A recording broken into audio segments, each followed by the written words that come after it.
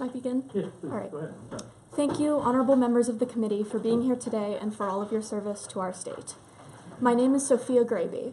I'm currently a senior at Hopkinton High School and have lived in said town for as long as I can remember.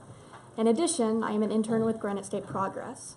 I also happen to be born in 2001, making me one of the first generation of children who were born after the massacre at Columbine High School in April of 1999. I am here today in support of House Bill 564. However, because I know that many other testimonies in support of this bill focus on the statistics of gun violence in schools, I would like to primarily address my personal experience and the outlook of the younger generation.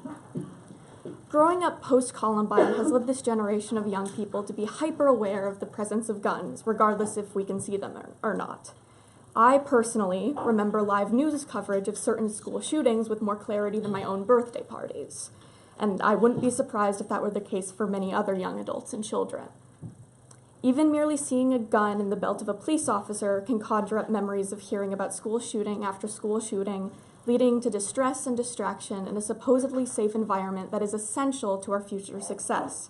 When we see an unfamiliar face within the school wearing bulky clothes, who we assume is carrying a gun, we can't help but wonder about their intentions.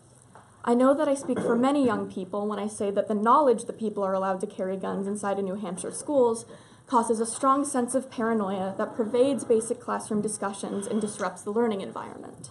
More so, I and many students are concerned that school officials and local law enforcement are being told they cannot enforce gun-free schools, which means some people may be able to carry firearms into our schools even when they should not.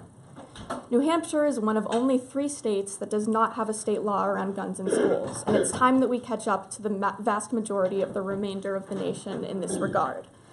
As a current student who has grown up in a time where there is so little of a sense of security about gun violence in schools, I implore you to put yourself into the shoes of the younger generation. In the interest of time, I'll refrain from taking questions, but thank you so much for listening. Thank you for your testimony. Question? Oh, wait, you don't have a question? Okay. Several years ago, we had a commission to deal with guns in schools and violence.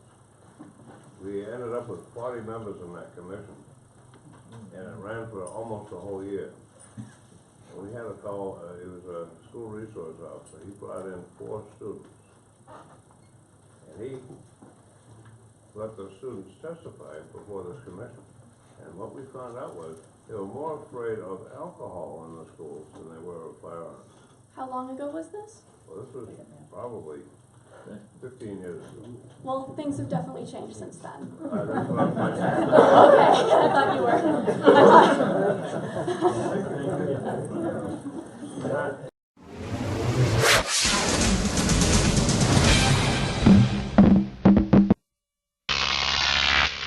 Crop TV.